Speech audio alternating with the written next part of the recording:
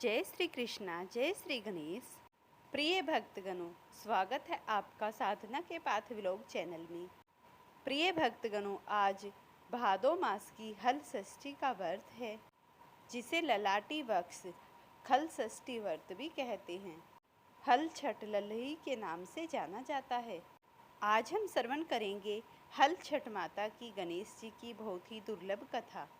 आज के दिन जो भी भक्त इस कथा को सुनता है, उसे बलराम जी के साथ साथ श्री कृष्ण जी और गणेश जी की कृपा प्राप्त होती है। साथ ही माता आदि शक्ति प्रसन्न होती हैं। इस कथा को सुनने से संतान की उम्र लंबी होती है। संतान अकाल मृत्यु होने से बच जाता है। हल षष्ठी माता उसकी रक्षा करती है। ऐसा भी कहा जाता है, बच्चे के जन्म से लेकर 6 माह तक हल षष्ठी माता उसे हंसाती हैं, रुलाती हैं और उसे सुलाती हैं।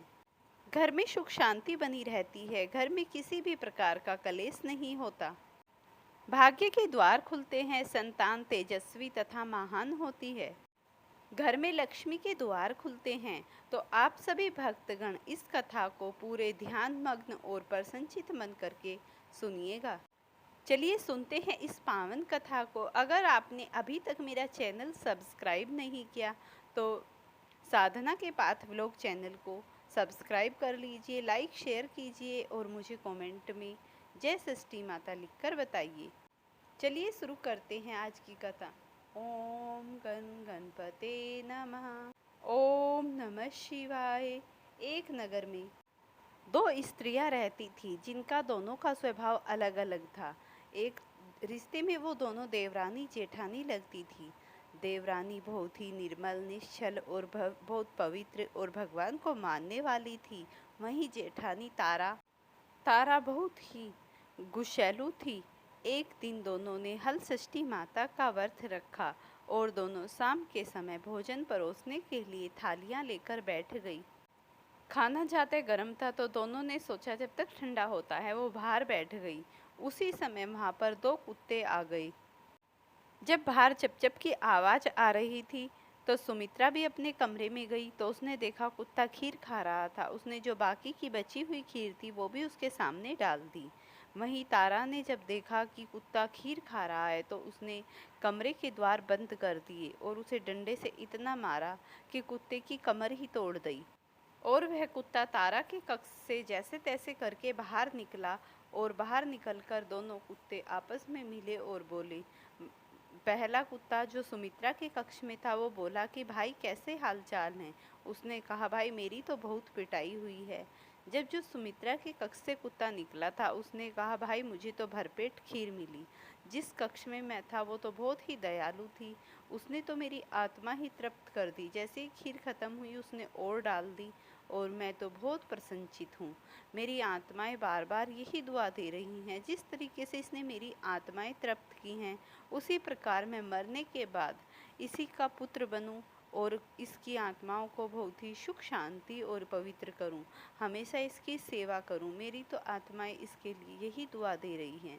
वहीं दूसरे कुत्ते ने कहा कि मैं तो इसने डंडों के साथ इतना पीटा भाई मेरी तो इसने कमर ही तोड़ दी। तभी जो तारा के कक्ष से कुत्ता आया था उसने कहा भाई मेरी भी आत्मा यही दुआ दे रही है कि मैं अगले जन्म में इसका पुत्र हूँ और जिस तरीके से इसने मेरी कमर तोड़ी है मैं इसे अंदर ही अंदर भेद कर इसकी कमर को इसी तरीके से तोड़ूं। इसी प्रकार समय बीतने के बाद कुछ समय बाद वह कुत्ता मर गया और मरने के बाद उसने जन्म लिया और तारा के घर जन्म लेकर वह कुछ ही दिन में मर गया। उसके मरने के बाद तारा दहाड़ मार मार कर रोने लगी और इतनी परेशान हुई कि वह खुद को संभाल ही नहीं पा रही थी। जैसे तैसे करके तारा ने सब्र का पत्थर अपने ऊपर रखा। अब तारा के क्या था, हर 3-4 साल तक उसे बार बार पुत्र होता और वह पुत्र खल षष्ठी के दिन मर जाता। इस तरीके से तारा बहुत ही परेशान हुई। एक दिन उसे सपन में वह कुत्ता दिखाई दिया और उसने तारा को कहा कि मैं ही बार बार तेरा पुत्र रूप में जन्म लेकर आ रहा हूँ और बार बार खल षष्ठी के दिन मर जाता हूँ। यह सुनकर तारा बहुत ही परेशान हुई और उसने इसका उपाय पूछा। तारा के उपाय पूछने पर कुत्ते ने बताया कि आज से खेत में उगी हल से जोती गई कोई भी चीज तुम मत खाना, ना ही दूध दही घी का पान करना। अगर तू इस खल षष्ठी के व्रत को इस तरीके से पूरे विधि विधान के साथ करेगी तभी मैं जीवित रहूंगा। यह सुनकर उसने पूरे विधि विधान के साथ इस व्रत को किया, तभी उसकी संतान जीवित हुई। तभी से ये हल षष्ठी का व्रत होने लगा। जय हो षष्ठी माता। ओम नमः शिवाय। हे हल षष्ठी माता, आप अपने भक्तों की संतान को हमेशा जीवित रखना, उनकी संतान की रक्षा करना और उन्हें विद्या सुख समृद्धि देना। अब आप सुनते हैं एक दूसरी कथा। प्राचीन काल में एक ग्वालन थी। उसका प्रसव काल बहुत ही निकट था। एक ओर वह प्रसव काल से पीड़ित थी, दूसरी ओर वह दूध दही बेचने में लगी हुई थी। उसने सोचा अगर मेरा बच्चा पैदा हो जाएगा तो मेरे यहाँ जो दूध दही के घड़े रखे हुए हैं ये खराब हो जाएंगे। ये सोचकर वह नगर में दूध दही के मटके अपने सर पर रखकर बेचने के लिए चल दी। जैसे ही वह मटकों को सर पर रखकर चली, तभी रास्ते में उसे असहनीय पीड़ा हुई। वह एक झाबेरी की ओट में चली गई और वहाँ पर उसने एक बच्चे को जन्म दिया। फिर क्या था, उसे दूध दही तो बेचना ही था। तब उसने हरबेरी के वृक्ष पर अपने आंचल को फाड़कर वहीं पर अपने बच्चे को छिपा दिया और इस प्रकार वह दूध के मटके लेकर गांव में बेचने चली गई और उसने उस दूध को भैंस का दूध बताकर गांव वालों को ठग लिया। उस दिन खल षष्ठी का व्रत था। जहाँ पर उसने अपने बच्चे को छोड़ा था वहाँ पर एक किसान खेत जोत रहा था।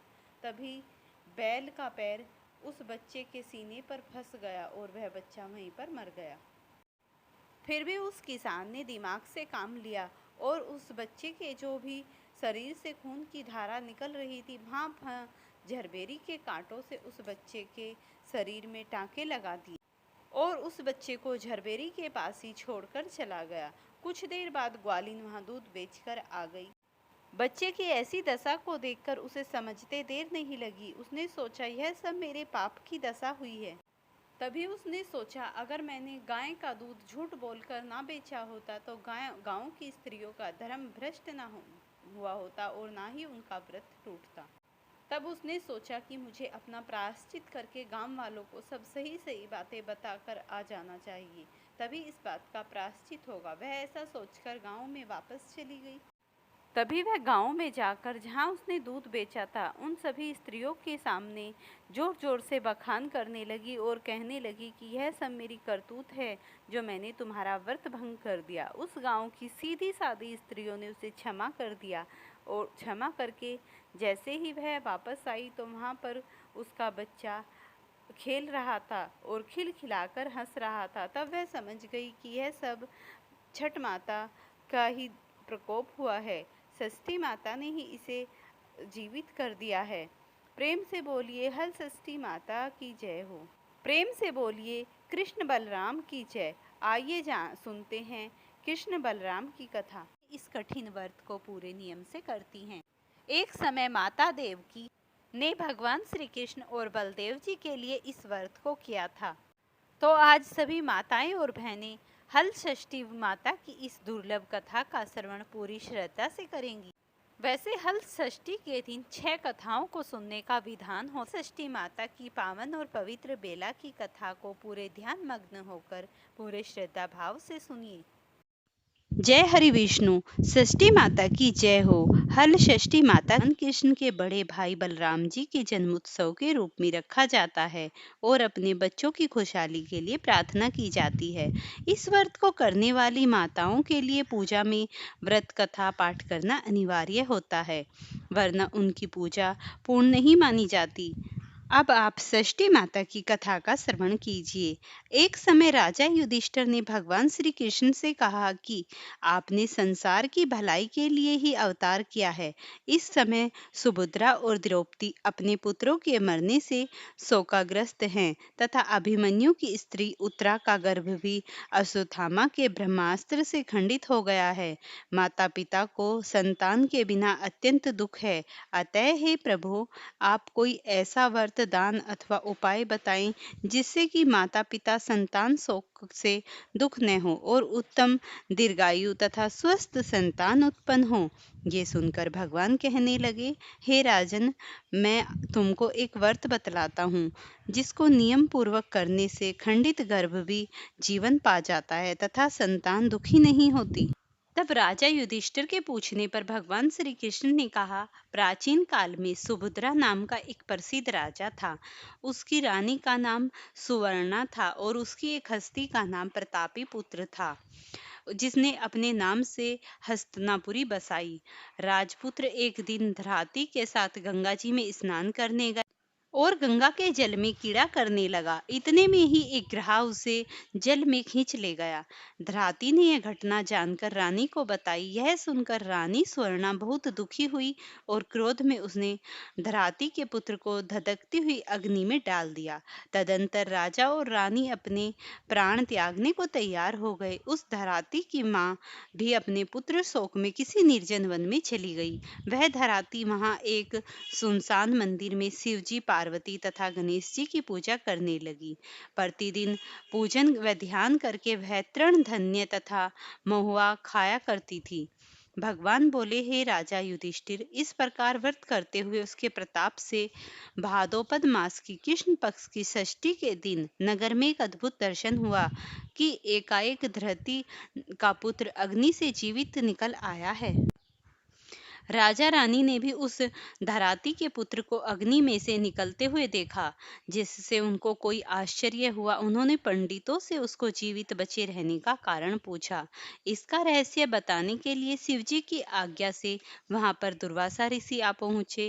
राजा ने दुर्वासा ऋषि को आया जानकर उनकी अगवानी करके अर्घ्य आदि से उनका पूजन तथा बारंबार नमस्कार करके धराती ने वन में जाकर नियम पूर्वक अति भक्ति भाव से भगवान शिव जी का, स्वामी कार्तिकेय, पार्वती जी एवं गणेश जी का ध्यान, पूजन, स्मरण, श्रद्धा सहित तथा नियम पूर्वक व्रत किया है। यह उस व्रत का ही प्रभाव है जिसके कारण धारती का पुत्र जीवित हो गया। अतः आप भी वहां जाकर यह धार्मिक व्रत करें। राजा और रानी ने दुर्वासा ऋषि को विदा कर दिया।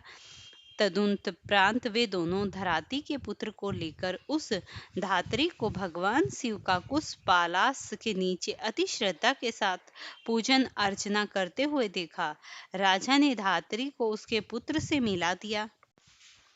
धात्री ने राजा को इस उत्तम व्रत के महात्म्य को विस्तार से बता दिया। उसने कहा, हे राजन, जिस दिन से आपके भय से त्रस्त मैं यहाँ आई, मैंने केवल वायु में ही भोजन करते हुए भगवान शिव, कार्तिकेय, पार्वती जी एवं गणेश जी की पूजा की है। एक दिन आंधी रात के समय स्वप्न में भगवान शिव ने मुझे दर्शन दिए और कहा, तेरा पुत्र जीवित हो गया है क्योंकि तूने हमारा व्रत एवं पूजन बड़ी श्रद्धा तथा भक्ति से किया है। यदि तुम्हारी रानी भी उस व्रत को विधि पूर्वक करे तो उसका भी पुत्र जीवित मिल जाएगा और भी बहुत से पुत्र उत्पन्न होंगे। भगवान श्री कृष्ण ने युधिष्ठिर से कहा, हे राजन, भादो के महीने में कृष्ण पक्ष की षष्ठी को यह उत्तम व्रत करना चाहिए। उसे दिन प्रातः काल स्नान करके क्रोध, लोभ, मोह त्याग कर व्रत को नियम पूर्वक कर लेना चाहिए। जब तक व्रती रहे किसी जीव की भी हिंसा न करे, व्रत संपूर्ण करने के लिए चींटी आदि का मार्ग भी उल्लंघन न करे तथा दोपहर के समय मित्रों सहित पालास तथा कुशा के नीचे भगवान शिव, पार्वती, स्वामी कार्तिकेय तथा गणेश जी की मूर्ति स्थापित करके धूप, दीप, नवेद आदि से विनम्र भक्ति भाव से पूजा करे और प्रार्थना करे कि सौम्य मूर्ति, पंचमुख, शूलधारी, नंदी, श्रृंगी, महाकाय आदि गणों से युक्त आप भगवान शिव को मैं साष्टांग नमस्कार करता हूँ। शिव हरकंता, प्रकृति श्रेष्ठ हेतु सौभाग्यदायिनी गौरी और माता पार्वती को मैं नमस्कार करता हूँ। हे मयूर वाहन, हे कोच, पार्वती को विदीर्ण करने वाले कुमार विशाख और स्कंद, आप स्वामी कार्तिकेय को मैं बारंबार फिर साष्टांग प्रणाम करता हूँ। इस प्रकार इन चारों देवताओं को भली प्रकार पूजा करे, फिर ब्राह्मणों सहित गाजे बाजे से अपने घर को जावे। उस दिन समा के चावल का भोजन करे और दूध दही घी आदि से मट्ठा विशेष रूप से खाए। जो स्त्री पुरुष इस व्रत को विधि पूर्वक करता है वह पुत्र और पौत्रवान होकर सुखी होता है। धात्री की ऐसी बात सुनकर राजा रानी ने विधि पूर्वक इस व्रत को किया। उसके प्रताप से वह राजा पुत्र शीघ्र ही गहा के गले से निकलकर बोलने लगा। यह चमत्कार देखकर राजा रानी ने भगवान शिव के चरणों में नमस्कार किया। इस व्रत के प्रभाव से राजा को और भी कई आयुष्मान पुत्र प्राप्त हुए तथा राज्य में अनावृष्टि, महामारी, दुर्भिक्षा आदि से उपद्रव दूर हो गए और राजा अनेक वर्षों तक निर्विघ्न राज्य करते रहे। तब भगवान श्री कृष्ण ने कहा, हे युधिष्ठिर, यदि उत्तरा भी यह व्रत विधि पूर्वक करे तो उसके सब दुख दूर हो जाएंगे। भगवान के एक वचन सुनकर राजा युधिष्ठिर कृतकृत्य हो गए और अश्वत्थामा द्वारा खंडित किया हुआ उत्तरा का गर्भ इस व्रत के प्रभाव से जीवित हो गया। इस व्रत के करने से वंश स्थित रहता है। इस प्रसंग को भगवान कृष्ण ने राजा युधिष्ठिर से कहा तथा दुर्वासा ऋषि ने राजा सुभद्रा से कहा, हे राजन, इस व्रत को करने के उपरांत फिर उसको शोका स्त्रोत रीति से उद्यापन करे। उद्यापन में स्वर्ण, महर्षि, गो और वस्त्र ब्राह्मणों को दान दे। सोने अथवा चांदी की मूर्ति बनाकर वेद पाठी ब्राह्मण सहित उसका पूजन करे। दुर्वासा ऋषि के कहने पर युधिष्ठिर ने भी इस व्रत को किया और उत्तरा को कराया, जिसके प्रभाव से उसका अश्वत्थामा द्वारा खंडित किया हुआ गर्भ उदर में हिलने डुलने लगा तथा गर्भ राजा परीक्षित के रूप में प्रकट हुआ। जो कोई मनुष्य यह उत्तम व्रत करता है उसके सब कार्य सिद्ध होते हैं, पुत्र पौत्रों की प्राप्ति होती है तथा शिवलोक में उसकी पूजा होती है। इस प्रकार मनुष्य को ये हल षष्ठी का व्रत करना चाहिए। इसके करने से वह समस्त प्रकार के सुखों को प्राप्त करके अंत में भगवान के धाम को जाता है। फ्रेंड्स, वीडियो पसंद आती है तो इसे लाइक शेयर करना, चैनल पर नए हैं तो चैनल को सब्सक्राइब करना।